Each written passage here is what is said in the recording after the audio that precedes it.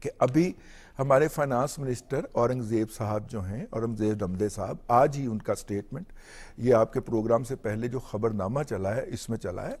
جس میں انہوں نے فرمایا ہے کہ وہ 3 سالہ پیکج کے لیے آئی ایم ایف کے پاس جا رہے ہیں، ٹھیک، اور اس کے لیے مذاکرات اپریل کے آخری ویک میں شروع ہوں گے۔ ٹھیک، وہ جو آئی ایم ایف کے ساتھ ہمارے مذاکرات ہونے ہیں اور اس کے بعد پھر آئی ایم ایف کے بورڈ کے پاس معاملہ جانا ہے، اس بورڈ کے اوپر امریکہ کی یا امریکہ کے زیر اثر ممالک کی جو ووٹنگ رائٹ ہے وہ بہت بڑا ہے، اور اگر وہ امریکہ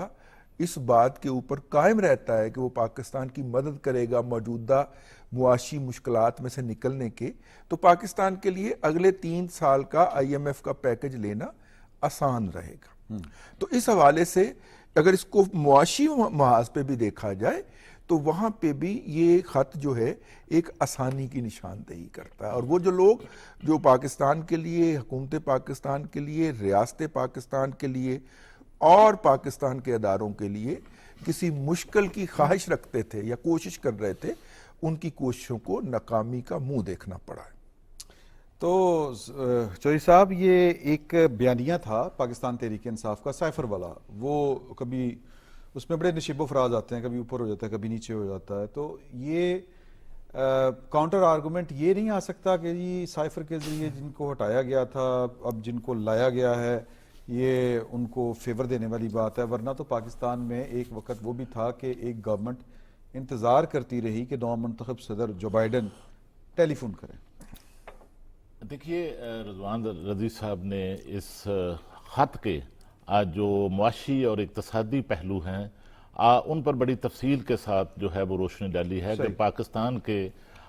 جو اقتصادی معاملات ہیں، پاکستان کے معاشی معاملات ہیں، پاکستان کے سفارتی معاملات ہیں، اور اس خطے کے اندر پاکستان کے جو مفادات ہیں وہ امریکہ کے ساتھ تعلقات کے ساتھ جڑے ہوئے ہیں، اور یقیناً اس سے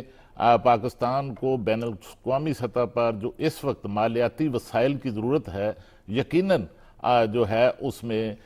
خاص طور پر آئی ایم ایف میں چونکہ سب سے بڑا شیئر ہولڈر جو ہے رضوان رضوی صاحب نے جیسے فرمایا وہ امریکہ ہے، اور اسی طرح اس کا امریکہ کا اثر و رسوخ جو ہے اب وہ بھی اس کے برابر جو ہے آئی ایم ایف کی فیصلہ سازی میں ہے۔ اس سے بھی آنے والے دنوں میں پاکستان چونکہ جو سب سے بڑے تاریخ کا جو پیکج ہے اس پر آئی ایم ایف کے ساتھ مذاکرات کی طرف جا رہا ہے، تو یقیناً پاکستان کو ایک طرف تو جو ہے وہ معاشی طور پر جو ہے وہ فوائد حاصل ہوں گے، لیکن یہ بھی درست ہے جو آپ فرما رہے ہیں کہ ماضی کی جو پی ٹی آئی کی حکومت تھی اس کی طرف سے جو ہے وہ پاکستان کو بین الاقوامی سطح پر، سفارتی سطح پر تنہا کرنے کے لیے کوئی کسر نہیں چھوڑی گئی، اور اس میں خاص طور پر جو سائفر تھا، سائفر کا جو معاملہ تھا اس سے پاک امریکہ تعلقات جو ہیں ان پر بڑی زد آئی، اور پچھلی جو پی ڈی ایم کی حکومت تھی، شہباز شریف صاحب جب وزیر اعظم تھے پہلی بار، اس وقت بھی امریکہ کے ساتھ جو ہیں وہ وزیر اعظم شہباز شریف کی کوششوں سے معاملات جو ہیں وہ بہتر ہوئے، اور اب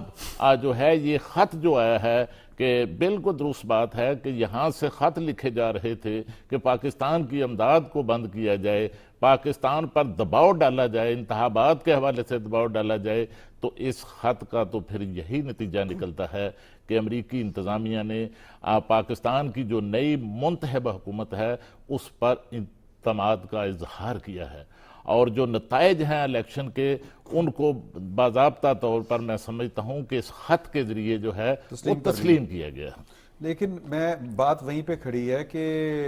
کیونکہ پاکستان تحریک انصاف ایک بیانیہ بناتی ہے اور پھر اس کے اوپر کام شروع ہو جاتا ہے، اب یہ بیانیہ کیا بن نہیں جائے گا کہ جی کہ جو بیسیکلی پاکستان سے لائل جو گورنمنٹ تھی، جو پارٹی تھی، اس کو سائیڈ لائن کر کے جن کو لایا گیا ان کی سپورٹ کی جا رہی ہے؟ ایبسولوٹلی ناٹ والے تو ہم تھے۔ دیکھیں وہ ایبسولوٹلی ناٹ کاغذوں میں وہ کہتے تھے، لیکن ایبسولوٹلی ناٹ والی بات نہیں تھی، وہ جو ہے پاکستان اور ریاست کے خلاف کام کر رہے تھے۔ اگر آپ تھوڑا سا ماضی میں جائیں، جب ان کی حکومت تھی اور جب عدم اعتماد پیش ہونے والا تھا تو انہوں نے جو ہے پاکستان کو ڈیفالٹ کی طرف لے جانے کے لیے جو ہے وہ اپنا کردار ادا کیا تھا، پیٹرول کی قیمتیں جو ہیں وہ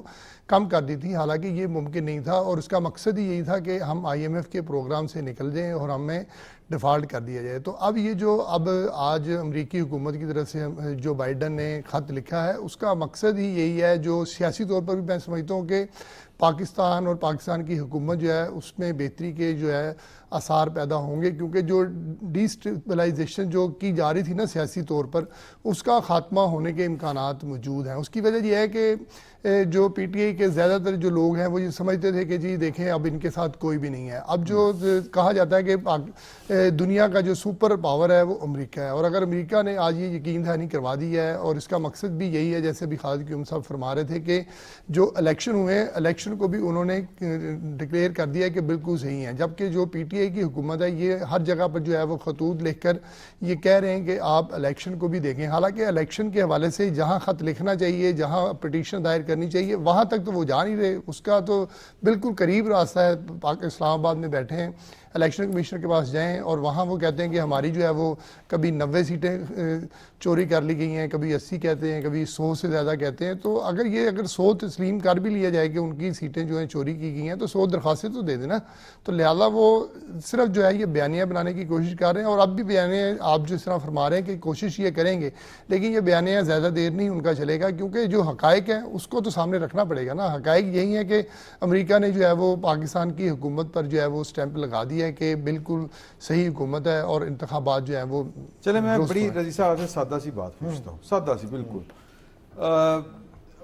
فون کا مطالبہ تھا اور فون آیا نہیں آیا، ادھر سے پیغام بھی آ گیا اور خط بھی آ گیا. تو جن کو فون نہیں آیا تھا ان پر کیا بیت رہی ہوگی؟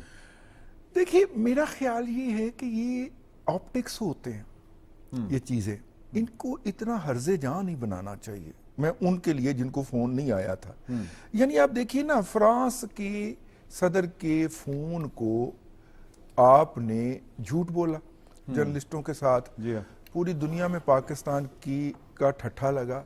فرانس نے تردید کی تھی، پھر فرانس کے پہلے سفارت خانے نے تردید کی، پھر پیرس میں ان کے دفتر خارجہ نے تردید جاری کی. جناب اسی کوئی فون نہیں کیتا. اب میرا مطلب ہے کہ اس کا کیا، آپ کا کیا امیج گیا ہوگا؟ جس کسی نے آئندہ فون کرنا ہوگا انہیں کیا ہوئے گا کہ نہیں ہے نا نہیں کرنا، اے غلط گلاں کر دیں. ٹھیک ہے، آپ 4 جرنلسٹوں کے ساتھ بیٹھے ہیں، اپنے پسندیدہ فیوریٹ جرنلسٹوں کے ساتھ گپ شپ کر رہے ہیں، آپ کے ذہن میں آیا یہ میں بے پر کی اڑا دیتا ہوں. آپ کو ڈپلومیٹک سینسٹیوٹیز کا پتہ ہی نہیں. یہ انہی غیر ذمہ داریوں کا اور بے اعتدالیوں کا نتیجہ تھا نا کہ پاکستان کے جتنے روایتی دوست ہیں، سعودی عرب سے شروع ہو کے ترکی تک اور ملائیشیا سے لے کے اور چین تک، سارے پاکستان سے پرے ہو گئے تھے. آپ نے ایک بات نوٹ کی ہے، پچھلی دفعہ جب حملہ ہوا تھا تو 11 چینی انجینئرز جہاں بحق ہوئے تھے، 5 پاکستانی انجینئرز مارے شہید ہوئے تھے، اس میں 16 لوگ جان سے گئے تھے. آپ گریوٹی اس وقت کی اگر جانتے ہوں، گلوبل ٹائم نے کیا ایڈیٹوریل لکھا تھا، چائنا کا جو ترجمان اخبار ہے، اور اس کے بعد جس طرح ہمارے فائنانس منسٹر جو آج کل فورن منسٹر جو آج کل ڈیالہ میں ہوتے ہیں، ان کو کہا گیا کہ آپ تشریف نہ لائیے، انہوں نے جانے کی کوشش کی، اور پھر وہ کس طرح دوڑ کے آرمی چیف کے طیارے میں بیٹھ کے ان کے ساتھ گئے تھے وہاں پہ اور اپنی صورتحال بیان کرنے. اس وقت کا مس کمیونیکیٹ کر رہے تھے نا یہاں پہ، یہی نا اس وقت کا. واجپئی صاحب کچھ کہہ رہے تھے، شاہ محمود قریشی صاحب کچھ اللہ کہہ آپ رہے کا تھے، بھلا کرے، اور گراؤنڈ ریئلٹیز کچھ اور تھیں. وہ کہہ رہے تھے سرنڈر بلاسٹ ہوا ہے. شاہ محمود قریشی صاحب یہ کہہ رہے تھے. اب آپ اس وقت کے چائنیز حکومت کے رویے کا اندازہ کریں، وہی حکومت ہے، وہی پریزیڈنٹ جی ہے وہاں پہ، اور جو اب جو ہوا ہے تقریباً سیم سائٹ کے اوپر ہوا ہے، اگرچہ کیجولیٹیز کی تعداد کم ہے، اللہ کرے نہ ہو بالکل بھی، لیکن اس وقت جو چائنیز حکومت کا رویہ ہے اس کی بات کر لیں. اس کا مطلب ہے کہ ڈپلومیٹک حساسیت موجود نہیں تھی ان لوگوں کے اندر جو ان معاملے 3 سال 7 ماہ 21 دن والوں کے پاس. ٹھیک ہے نا، تو اب وہ موجود ہے. ایک تو یہ بات ہو گئی. دوسری بات یہ کہ یہاں پہ ہم جب ایبسولوٹلی ناٹ کر رہے تھے وہ، تو اس وقت P T I international overseas کے جو صدر ہیں عبداللہ ریاض صاحب، وہ جا کے امریکن سینیٹرز کو کوئی صفائی بھی پیش کر رہے تھے. اچھا، مجھے ابھی پروڈیوسر صاحب نے یہ یاد کروایا کہ اس وقت D G I S P R نے کہا تھا امریکہ نے اڈے مانگے نہیں تو ایبسولوٹلی ناٹ کہاں پہ ہونا تھا. ہاں، اور وہ بھی حقیقت بعد میں پتہ یہ چلی کہ امریکن جو تھے انہوں نے عرضی ڈالی تھی موجودہ طالبان کو کہ یہ ہمارے آپ کے وہ جو ہم یہاں پہ چھوڑ گئے ہیں وہ ریڈار وغیرہ، تو وہ آپ کے بیکار پڑے ہوئے ہیں، ہمارے لوگ یہاں پہ بیٹھ کے ڈیٹا لے لیا کریں گے، تو ان کو آنے کی اجازت دے دی جائے۔ تو وہ کچھ امریکی ٹیکنیکل کے لوگ جو ہیں وہ بگرام میں آ گئے تھے واپس۔ تو جس وقت وہ واپس آنا چاہ رہے تھے نا، تو پاکستان میں یہ پروپیگنڈا کروا دیا گیا کہ امریکہ نے پاکستان سے اڈے مانگے، انہوں نے کبھی مانگے ہی نہیں تھے، نہ انہوں نے آنا تھا، انہوں نے کابل واپس آنا تھا، وہ آ چکے ہوئے۔ صحیح، ٹھیک ہو گیا۔ اچھا، دوسری بات یہ ہے کہ اب آپ اس وقت پوری تگودو اس بات کے اوپر تھی کہ امریکہ سے کوئی کال آئے اور ہم اپنی مرضی کے مطابق اس کو پہنا کے اور کر سکیں، کیونکہ actually on ground economic front کے اوپر کوئی آپٹک تھا ہی نہیں۔ یعنی آتے ہی ہم نے، اگر آپ کو یاد ہو تو شور مچایا تھا کہ کراچی کے پاس سمندر ہے، سمندر کی تہہ میں ایک پتھر پڑا ہوا ہے، پتھر کے نیچے گیس ہوتی ہے، اگر تو ڈرلنگ ہو رہی، ڈرلنگ، اگر تو پتھر ہل گیا ہوا تو گیس خارج ہو جائے گی، خارج ہو چکی ہوگی، اگر نہ ہلا ہوا تو وہاں پہ آئندہ کے لیے کتنے خرب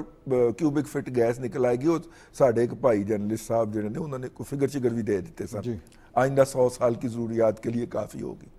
پھر وہ ڈرلنگ ہوئی، سیمپلز نکلے، پتہ چلا کہ جی ایسا کوئی مذاق ہی نہیں ہے، ٹھیک ہے، وہ گیس موجود ہے اسی خطے کے اندر، لیکن وہ چاہ بہار سے آگے موجود ہے۔ مطلب قطر بھی سمندر میں سے گیس نکالتا ہے، اور اس کے مقابلے میں ایران نے جو نکال کے ہمیں سپلائی کرنی ہے وہ بھی سمندر میں سے نکالنی، ٹھیک ہے، تو وہاں پہ موجود ہے، یہاں پہ موجود نہیں ہے۔ لیکن بہرحال آخر کار یہ نوبت بئی جا رسید کہ ہمیں اکنامک آپٹکس کے لیے کٹوں پہ، وچھوں پہ، مرغی پہ، انڈوں پہ، چوزوں پہ جانا پڑ گیا، اور ہم کہنے لگے کہ ہم ان کو انڈے دیں گے، بچے دیں گے۔ آئی ایم ایف کے پاس وہ جانا ہی نہ چاہتے تھے۔ اچھا، وہ خودکشی کرنے کا ارادہ تھا اپنا عمران شفقت صاحب، جو 8 ماہ انہوں نے لگائے تھے نا 2019 میں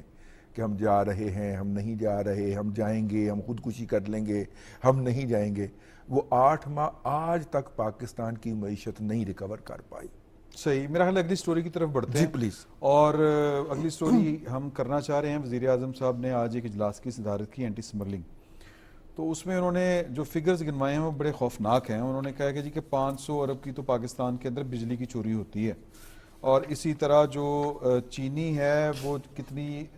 2022 میں 2.5 لاکھ ٹن چینی ایکسپورٹ کی اجازت دی تھی، لیکن سمگل کافی ساری افغانستان میں ہوئی۔ تو سمگلنگ پاکستان کی اکانومی کے اوپر ایک بہت بڑا ڈینٹ ڈالتی ہے۔ تو یہ پچھلی نگران حکومت نے میں سمجھتا ہوں کہ بڑی دلیری کا مظاہرہ کیا تھا کہ اینٹی سمگلنگ جو پالیسی بنائی تھی اس میں پاکستان کے تمام ادارے جو ہیں وہ سیم پیج کے اوپر آ گئے تھے۔ آپ کو لگتا ہے کہ یہ کنٹینیوٹی رہے گی؟ دیکھیے، پاکستان کی پچھلی جو نگران حکومت تھی اور پاکستان کی جو عسکری قیادت تھی، میں سمجھتا ہوں کہ ان کا ایک مشترکہ فیصلہ تھا کہ سمگلنگ جو ہے اس کی روک تھام کے لیے عملاً اقدامات کیے جائیں۔ ٹھیک، اور پھر ہم نے دیکھا کہ جو خاص طور پر جو پاکستان کی جو مغربی سرحد ہے افغانستان اور ایران کے ساتھ، وہاں پر سمگلنگ کی روک تھام کے لیے عملی طور پر جو ہیں وہ اقدامات نگران حکومت کی طرف سے کیے گئے، اور پھر اس کے اثرات جو ہیں اب وہ بھی ہم نے دیکھے کہ کس طرح جو ہے وہ سمگلنگ کے خاتمے کے بعد پھر جو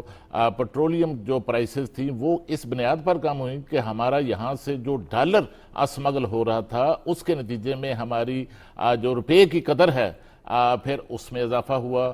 ڈالر کی قدر میں کمی واقع ہوئی۔ اس کا امپیکٹ یہ ہوا کہ عام آدمی پر جو ہے اس کا اثر پڑا۔ آپ جانتے ہیں کہ یہاں سے نہ صرف چینی، چاول اور آٹا، گندم، اور حتیٰ کہ ہماری جو یوریا کھاد ہے وہ بھی جو ہے وہ ہمسایہ ملک میں جو ہے وہ یہاں سے سمگل ہوتی تھی، اور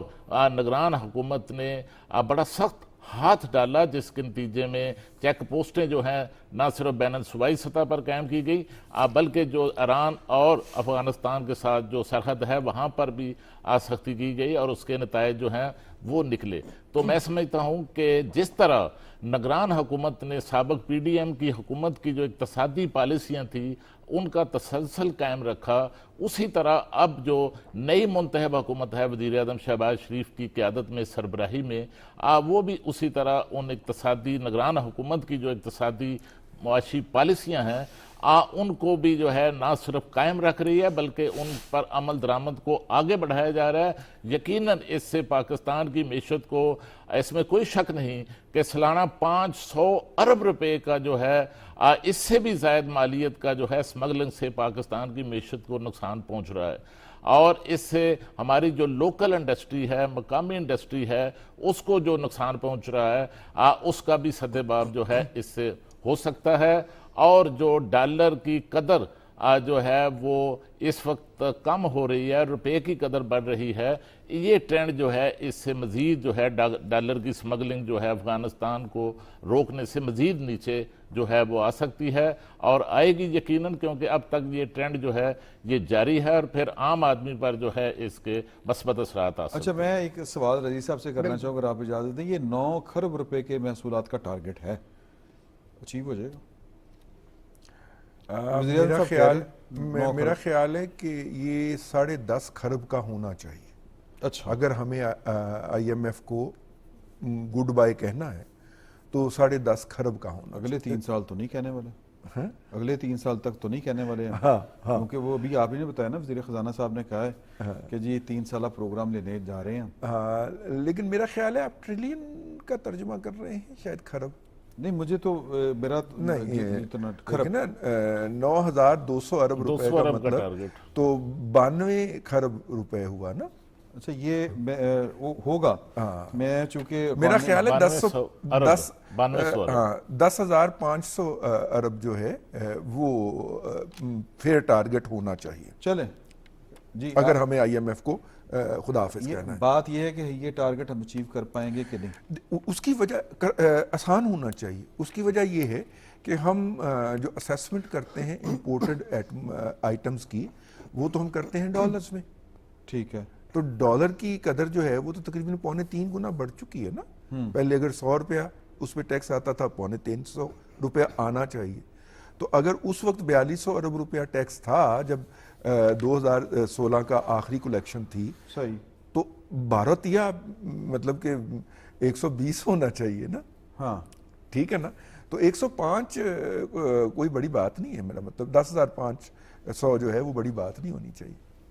پکی گل نا؟ ہاں، اچھا، مجھے تو یہ جو فگر ہے سن کے ویسے ہی ہال پڑ رہا تھا، تو چلیں اللہ تعالیٰ مہربانی کرے، اسی ریشو پہ مل سکتا ہے اگر تھوڑا سا بڑا مینج کر ریئلسٹک لیا ٹارگٹ ہے جی، بڑا ریئلسٹک ٹارگٹ ہے، حاصل ہو سکتا ہے۔ اچھا، لیکن وہ پیٹرول کی قیمت بڑھا کے ٹارگٹ اچیو ہوگا؟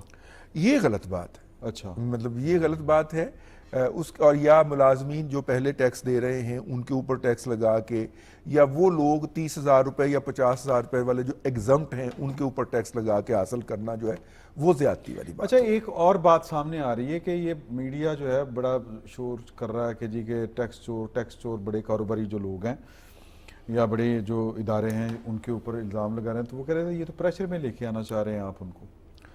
خام خواہ میں۔ دیکھیے ابھی اور وہ کسی نے مثال دی تھی کہ یہ دانہ چگتے کبوتر کی طرح ہوتا ہے سرمایہ دار۔ بالکل صحیح کہہ رہے ہیں۔ میں آپ کو خدمت میں عرض کروں، آپ کے بھی دوست ہیں، میرے بھی دوست ہیں، اس وقت حکومت نے اعلان کیا ہے کہ 6 شہروں کے اندر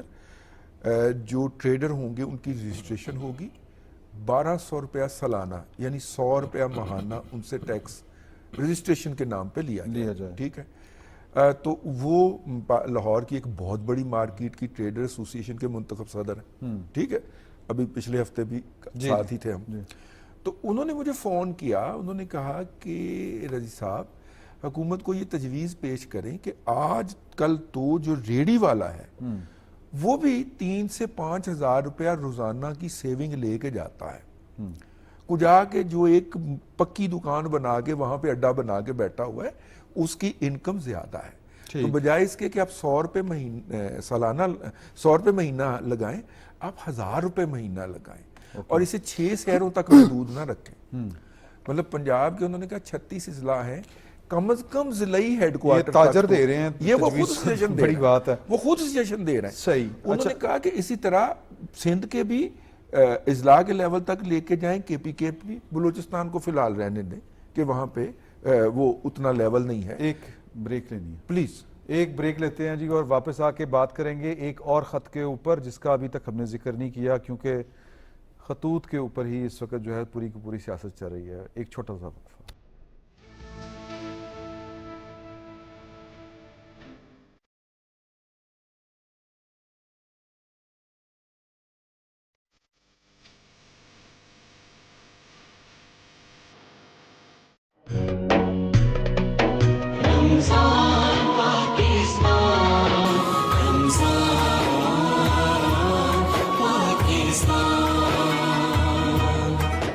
رمضان کے اس بابرکت اور رحمتوں والے مہینے میں ہم پیش کر رہے ہیں آپ کے لیے خصوصی ٹرانسمیشن رمضان پاکستان. رمضان پاکستان. ہم کریں گے بات رمضان کی عظمت, حرمت اور فضیلت پر, جس میں ہوں گے شامل صبر و قناعت اور تقویٰ کے موضوعات. آگاہ رکھیں گے آپ کو حفظان صحت کے اصول اور دیگر مسائل سے. رمضان کے روح پرور ایام میں دیکھنا نہ بھولیے گا خصوصی ٹرانسمیشن رمضان پاکستان.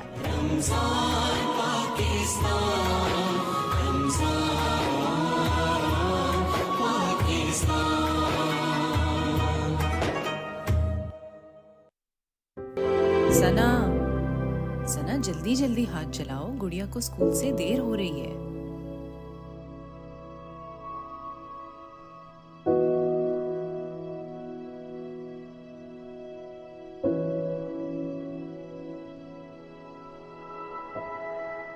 بچوں سے گھریلو مشقت کرانا ظلم ہے. آئیں مل کر عہد کریں, ہم بچوں کو گھر پہ ملازمت نہیں دیں گے, کیونکہ ہر بچہ بچپن کا حقدار ہے.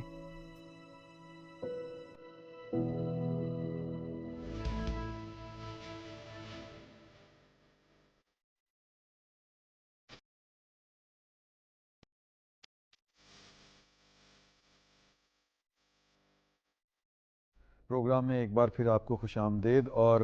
پہلے ہم نے ذکر کیا تھا ایک اس خط کا جس کے اوپر کہیں پہ افسوس ہے اور کہیں پہ ظاہر ہے پاکستان کے لیے تو خوشی کی بات ہے, پاکستان کے سفارتی معاملات آگے بڑھیں گے.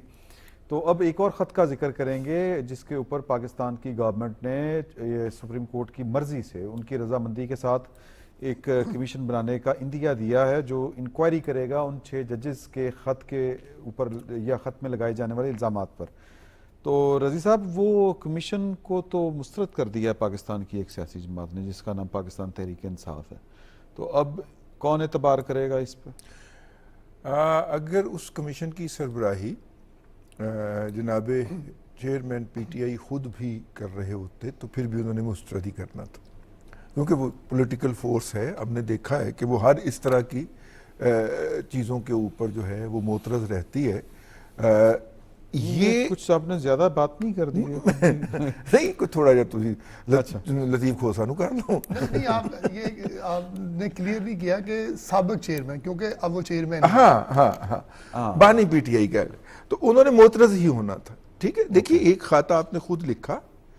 چیف جسٹس صاحب کو, میں کہوں گا کہ مطلب میں باقاعدہ اخراج تحسین پیش کیے بغیر نہیں رہ سکتا. انہوں نے پوری عدلیہ کو ساتھ لیا اور وہاں پہ ذرا سوچ کے بات کیجئے گا, ان کا خراج تحسین آپ سے بھی نہیں برداشت ہوگا. ہاں نہیں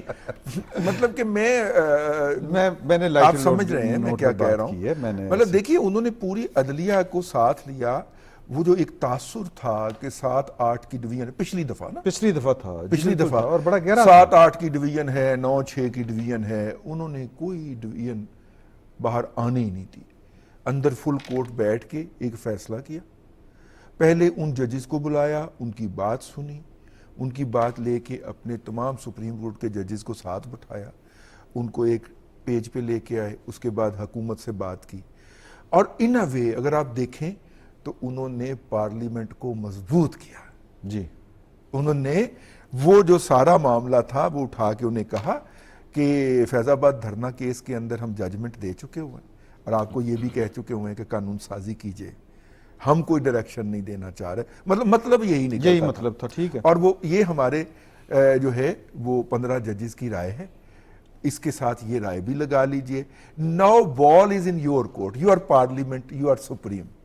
پارلیمنٹ کو انڈرمائن کرنے کی بات نہیں کی کسی نے، بالکل ٹھیک ہے، پارلیمنٹ کے منتخب رہنما کے بارے میں کوئی بات نہیں کی، جس طرح کی ہیوملیشن کی جاتی رہی ہے ماضی میں، بالکل ٹھیک ہے، ٹھیک ہے، بالکل ٹھیک، بلکہ پارلیمنٹ کو رسپیکٹ دی، آنر دی کہ آپ کا کام ہے آپ فرنٹ سے لیڈ کریں، ہم نے اپنے چارپائی کے نیچے ڈانگ پھیر کے، میرا مطلب ہے اپنی طرف سے کنسنسس جنریٹ کر کے آپ کے ہاتھ میں یہ پکڑا دیا ہے، اب آپ جانیں اور آپ کی امپاورمنٹ جانیں۔ تو وہ لوگ جو اس بات کے لیے یہ خط لکھوانے کے بعد دھمالیں ڈال رہے تھے،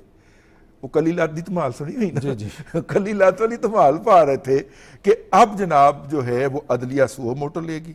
سو موٹو کے بعد اداروں کے اندر تصادم ہوگا اور تصادم کے نتیجے میں بلی کے بھاگو چیکا ٹوٹے گا، ٹھیک ہے۔ آپ چیف جسٹس کی فراست کو داد دیجئے کہ انہوں نے ایک طرف تو یہ نہیں ہونے دیا اور دوسری طرف پارلیمنٹ کو جو ہے وہ سپریم ایک دفعہ پھر قرار دے دیا۔ پہلے انہوں نے تب کیا تھا جب پریکٹس اینڈ پروسیجر ایکٹ، نہیں، اس سے پہلے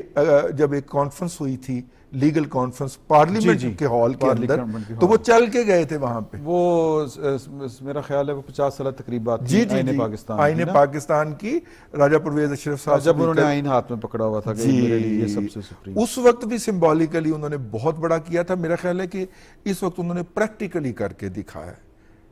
ہی نیڈ اپریسیشن۔ بڑی اچھی بات ہے، میں آپ کے خیالات سے پوری طرح متفق ہوں، آپ ٹھیک کہہ رہے ہیں۔ اور سر یہ بتائیے گا کہ ویسے پاکستان تحریک انصاف بھی ایک طرف اس نے مسترد کیا ہے اس کمیشن کو جو بنانے کا ارادہ رکھتی گورنمنٹ، اور ساتھ ہی انہوں نے عدلیہ کی آزادی کے لیے ایک لانگ مارچ کا اعلان کیا ہے جو 30 مارچ کو کے پی کے میں پشاور میں جو ہے وہ ریلی نکالی جائے گی۔ یہ اپنی سیاست ہے یا اپنا ایک نقطہ نظر ہے؟ دو باتوں میں آپ کو کیا لگتا ہے؟ دیکھیے، ایک طرف تو اگر آپ دیکھیں کہ یہ جو کمیشن بنایا جا رہا ہے، یہ جو ہے وہ کمیشن انکوائریز ایکٹ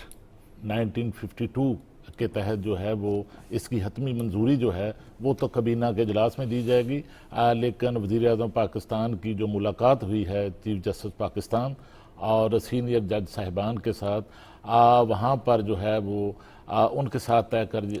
بیٹھ کر جو ہے یہ معاملہ طے ہوا ہے، اور پھر چیف جسٹس پاکستان نے اس حوالے سے پورا جو فل کورٹ میں جو مشاورت کی ہے اس کی روشنی میں وزیر اعظم پاکستان کو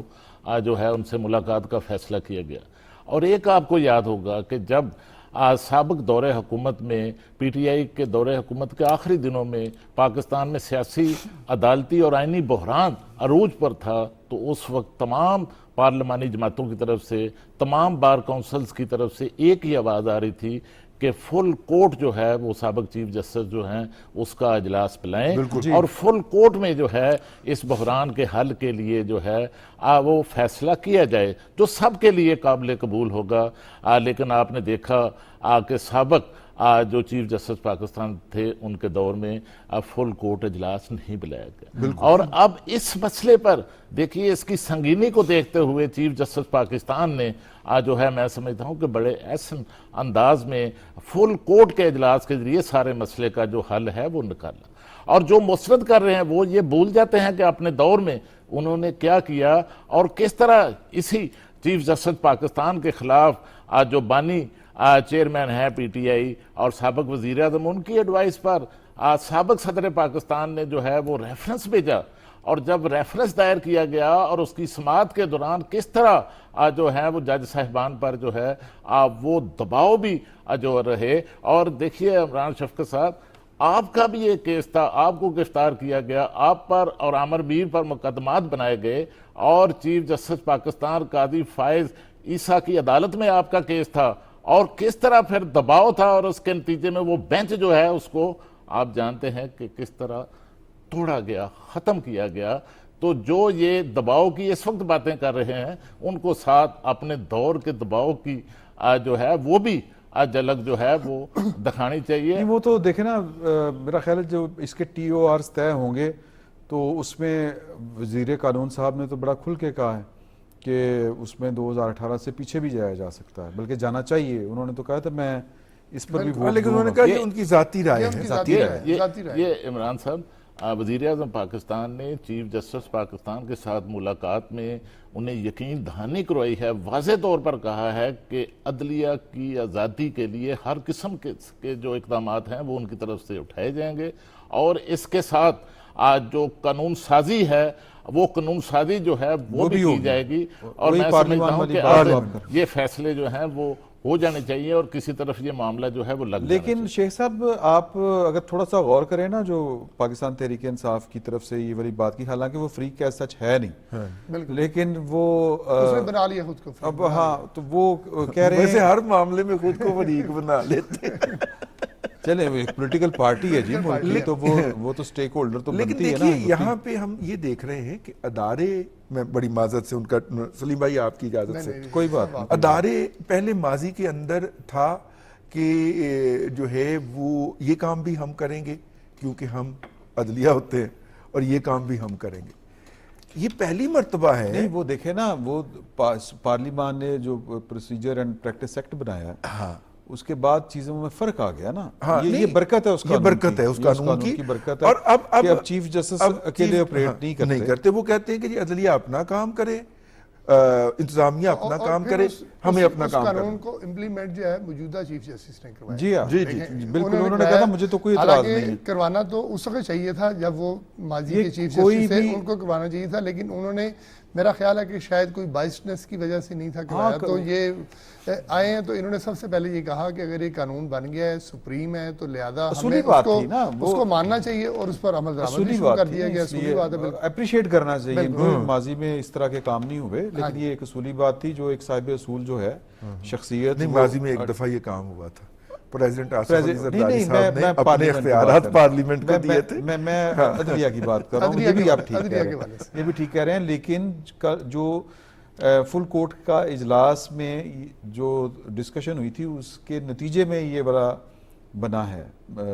جو آپ کہہ لیں کہ کمیشن بنے گا، بالکل، تو یعنی میوچل انڈرسٹینڈنگ کے ساتھ۔ لیکن تحریک انصاف نے کہا کہ جی نہیں، اس کی تو لارجر بینچ کو 184(3) کے تحت خود سماعت کرنی چاہیے تھی۔ تو بیسیکلی تو اعتراض دو ہیں، ایک فل کورٹ کے اوپر بھی اعتراض ہے اور دوسرا گورنمنٹ کے فیصلے کے اوپر بھی اعتراض ہے۔ دیکھیں میں یہ سمجھتا ہوں کہ اگر اس کو آپ لارجر دیکھیں تو میرا خیال ہے کہ اس وقت تو دیکھیں دونوں، یعنی حکومت اور جو سپریم کورٹ ہے، اس کی مشاورت سے جو ہے یہ فیصلہ کیا گیا ہے کہ ایک جو ہے وہ کمیٹی تشکیل دی جائے جو اس کو دیکھے گی۔ حالانکہ حکومت کے پاس یہ بھی اختیار تھا کہ وہ کسی قانون نافذ کرنے والے ادارے کو بھی یہ دے سکتی تھی کہ اگر یہ خط لکھا گیا ہے، جیسے ایف آئی اے ہے، اس کو دے کے یہ تحقیقات کروا سکتی تھی، لیکن انہوں نے، حکومت نے اپنا اختیار استعمال نہیں کیا۔ حکومت نے جو ہے سپریم کورٹ کے ساتھ، یعنی چیف جسٹس کے ساتھ بیٹھ کے، اور چیف جسٹس نے اپنے پورے ججوں کے ساتھ مشاورت کی اور انہوں نے کہا کہ اس پر جو ہے وہ ایک آپ کمیشن بنا دیں اور وہ اس پر فیصلہ کر رہے ہیں۔ اور جب یہ کمیشن کا ہی اب کام ہے میرا خیال ہے، اور وہ کمیشن بھی وہ کوئی سابقہ چیف جسٹس آف پاکستان ہوں گے، اور وہ نام بھی ایسا لیا جا رہا ہے کہ جس پر کوئی اعتراض نہ کیا جائے۔ ماضی میں ایسے بھی نام آئے ہیں چیف جسٹس میں کہ جس پر اعتراض موجود ہے، ابھی بھی وہ لوگ موجود ہیں جن پر اعتراض ہے کہ کسی سیاسی پارٹی کے ساتھ ان کی ایفیلیشن کے حوالے سے، لیکن اب یہ کوشش یہ کی جا رہی ہے کہ ایسا نام لیا جائے کہ ججوں میں سے بھی جو ہے ان پر کوئی اعتراض نہ آئے، اور اگر وہ آ کے یہ سارے ٹی او آر بننے کے بعد اس کو چیک کر لے، اور میں یہ سمجھتا ہوں کہ اگر جو ججوں نے 6 ججوں نے اعتراضات لگائے ہیں، خط لکھا ہے کہ ان کے ساتھ جو ہے وہ ان کو سکریو کیا جاتا ہے، ان سے مرضی کے فیصلے لیے جاتے ہیں، مرضی کے بینچ جو ہیں بنائے جاتے ہیں، تو اس پر بھی تحقیقات ہو جائے گی۔ اور میں یہ سمجھتا ہوں کہ اگر ان کے پاس کوئی سالڈ ریزن ہوئی، سالڈ نام ہوئے، تو پھر اس پر تحقیقات مکمل بھی ہوں گی۔ لیکن میں یہ سمجھتا ہوں کہ شاید انہوں نے خط لکھ کرنا شاید تھوڑا سا جلدی دکھا دیا ہے، شاید اس کا جو ہے نا تقریباً 13 مہینے پہلے کے واقعات ہیں، جلدی تو کوئی نہیں،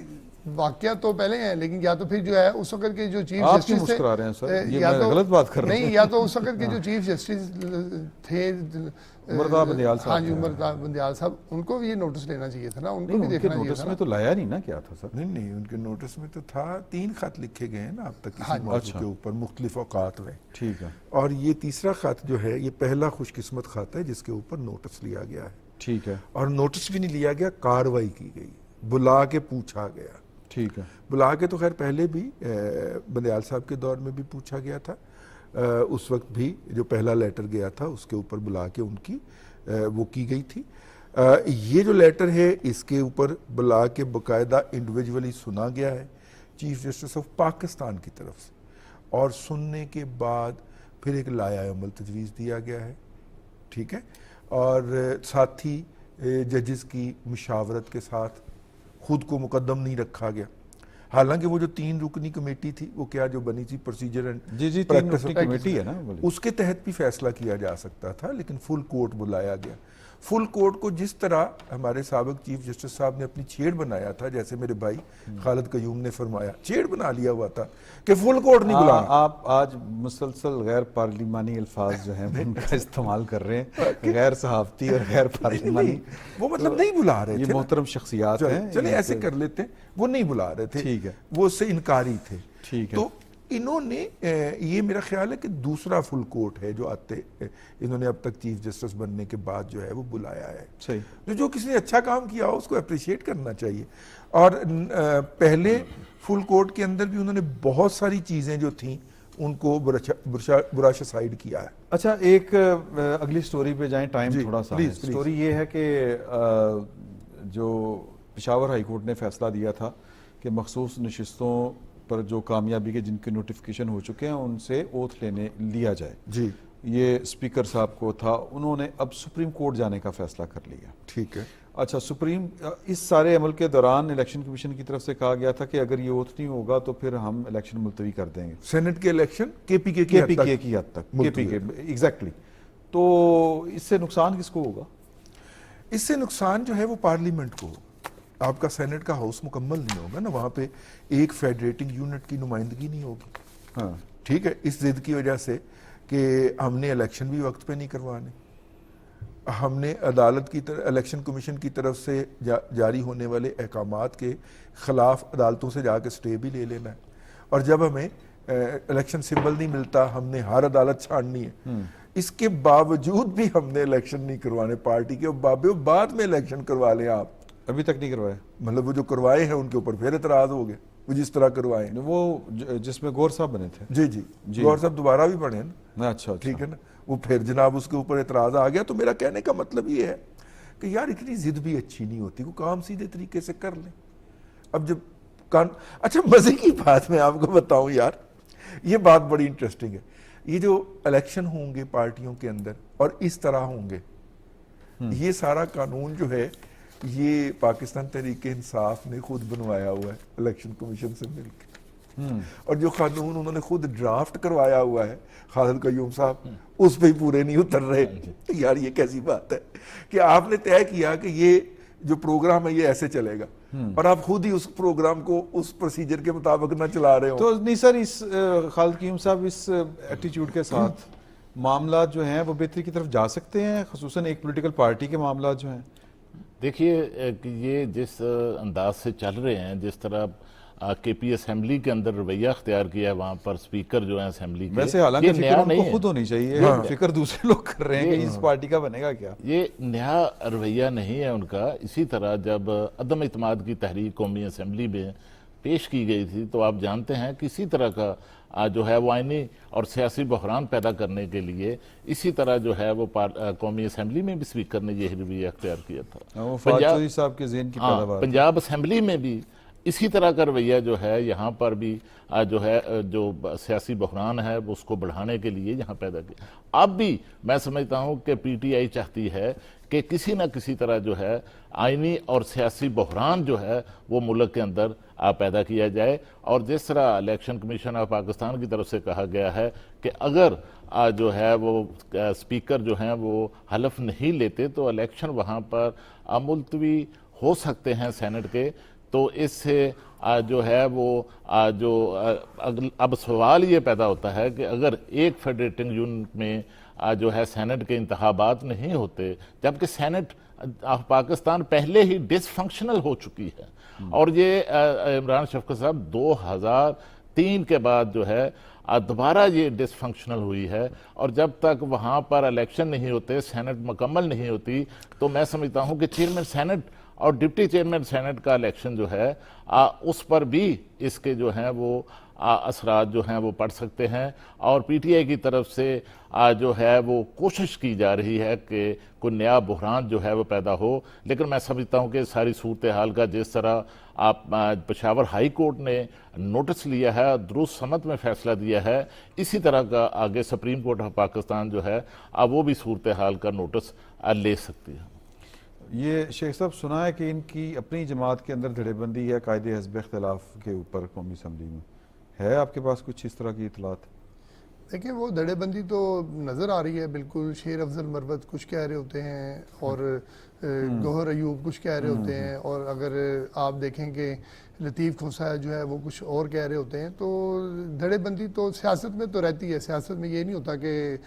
دھڑے ختم ہو جائے تو پھر سیاست ہی ختم ہو جاتی ہے. تو لہذا اب دھڑے بندی بھی موجود ہے، اور جو کے پی میں جو اس وقت صورتحال بن رہی ہے نا سینٹ کے حوالے سے، وہ خوفناک ہے. اور اگر انہوں نے اس معاملے کو کلیئر نہ کیا تو ایک آپشن ابھی بھی شاید موجود ہے کہ اگر سپریم کورٹ انٹرفیئر کرے، اگر وہاں کا جو ہے اسپیکر اوتھ نہیں لیتا تو کسی اور کی ذمہ داری بھی لگائی جا سکتی ہے. ماضی میں یہ روایت موجود ہے کہ آپ حلف لے لیں، حلف لینے میں کوئی ایسی پرابلم نہیں ہے. پنجاب میں ہوا تھا، پنجاب میں ہوا ہے نا، وہی نا. تو الیکشن کمیشن آف پاکستان کا نوٹیفیکیشن جب تک ویلڈ ہے تب تک جو ہے وہ حلف لینے سے ان کو کوئی روک نہیں سکتا. آپ بندے کا نام چینج سکتے ہیں نا، گورنر کو بھی کہہ سکتے ہیں کہ اگر سپریم کورٹ چاہے، یا اگر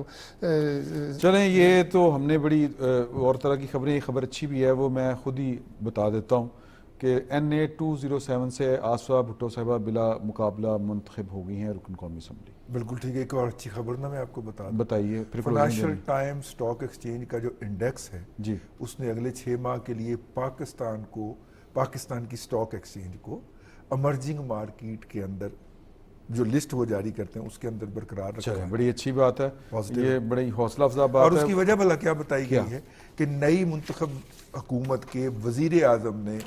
مالیاتی فیصلے اپنے ہاتھوں سے کرنے شروع کر دیے ہیں، اس لیے ہم 6 ماہ کے لیے مزید اس کو شامل.